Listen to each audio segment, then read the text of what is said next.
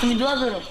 আমি গেলাম। ঠিক আছে বাবা, যা, আমার দোয়া সবসময় তোর সাথেই আছে। যদি মাছ বেশি পাও তাহলে ওই মাছ বেচা না আমার একটা লাল জামা কিনে দিবা। আচ্ছা ঠিক আছে।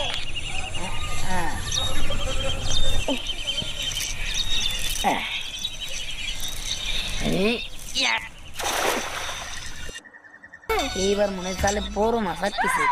সত্যি ভাই, আমি উঠালাম।